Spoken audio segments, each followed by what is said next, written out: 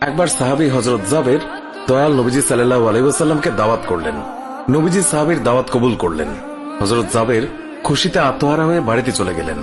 বাড়িতে গিয়ে স্ত্রীকে খোঁজ খবরটা দিলেন আর মেহমানদারির জন্য প্রস্তুতি নিতে লাগলেন।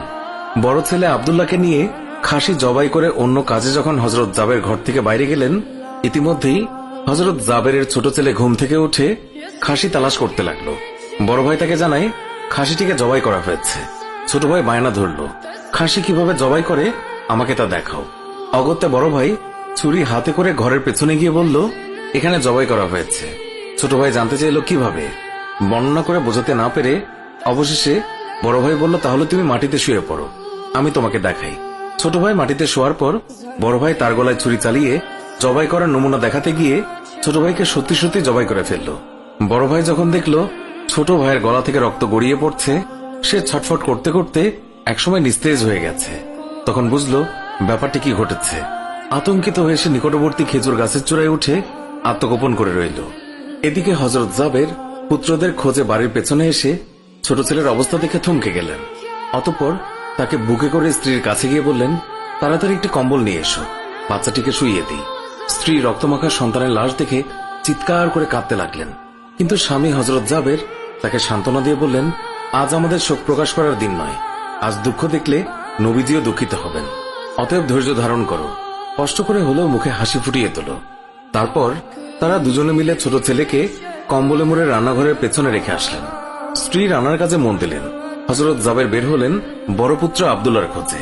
বাড়ির পেছনে গিয়ে ছেলের নাম ধরে জোরে ডাক দিলেন। গাছের উপর আত্মগোপন করে বড় ছেলে সব ঘটনা প্রত্যক্ষ করছিল আর ভয়ে কাঁপছিল। পিতার ডাক শুনে ভাবল, এখন পালাতে না পারলে আব্বার হাতে ধরা পড়তে হবে। ধরা পড়লে আর রক্ষা থাকবে না। পালানোর উদ্দেশ্যে গাছ থেকে লাফিয়ে পড়ে আঘাতপ্রাপ্ত হয়ে সেও মৃত্যুর কোলে ঢলে পড়ল। পিতা কাছে গিয়ে দেখেন আব্দুল্লাহর দেহে প্রাণের স্পন্দন নেই। বড় ছেলেকে কোলে তুলে তিনি বাড়ির ভেতরে আসলেন। স্ত্রীকে বললেন আরেকটি কম্বল নিয়ে আসার জন্য। বড় ছেলের এই অবস্থা দেখে দরদিমা পুনরায় আর্তনাদ করে উঠলেন। স্বামী তাকে পুনরায় সান্ত্বনা দিয়ে বললেন, ধৈর্য ধরো, আজ আমাদের দুঃখ প্রকাশের দিন নয়, আজ আমাদের পরম আনন্দের দিন। দয়াল নবীজি অল্প কিছুক্ষণের মধ্যেই আমাদের ঘরে তাশরিফ রাখবেন। তারপর দুজনে মিলে বড় ছেলের লাশ ও কম্বলে মুড়ে ছোট ছেলের লাশের পাশে রাখলেন। স্বামী স্ত্রী তাদের চোখের পানি মুছে মুখে হাসি ফুটিয়ে তুললেন। হযরত জাবের বাড়ির সামনে দাঁড়িয়ে নবীজির আগমনের অপেক্ষা করতে লাগলেন। অল্পক্ষণের মধ্যে নবীজিকে উটের পিঠে করে আসতে দেখা গেল। হযরত জাবের আনন্দে আত্মহারা হয়ে দৌড়ে গিয়ে স্ত্রীকে নবীজির আগমনের সংবাদ দিলেন এবং পুনরায় তিনি দৌড়ে নবীজির সামনে চলে এলেন। নবীজির উটের কাছে গিয়ে তাকে বাড়ি পর্যন্ত এগিয়ে আনলেন। নবীজি জাবেরের ঘরের সামনে উট থামিয়ে তার ডান পা মুবারক মাটিতে রাখলেন, বাম পা মুবারক এখনো নামাতে বাকি।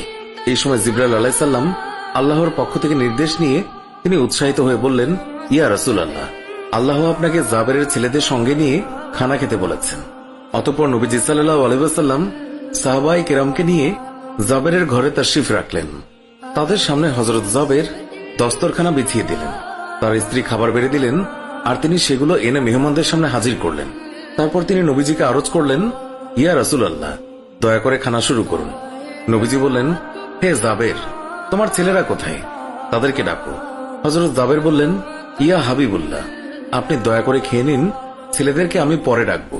আল্লাহর রাসূল পুনরায় বললেন, তোমার ছেলেদেরকে ডেকে নিয়ে এসো, তাদেরকে সাথে নিয়ে খানা খাবো।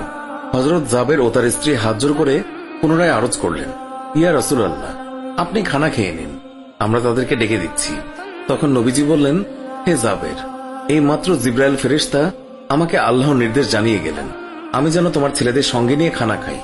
নবীজির এই কথা শুনে হযরত জাবের এবং তার স্ত্রী আর ধৈর্য ধরে রাখতে পারলেন না। তারা চিৎকার করে কেঁদে কেঁদে সমস্ত ঘটনা খুলে বললেন। তখন নবীজি হযরত জাবেরকে বললেন, তোমার ছেলেদের কাছে গিয়ে বলো আল্লাহর নবী তাদেরকে ডাকছেন।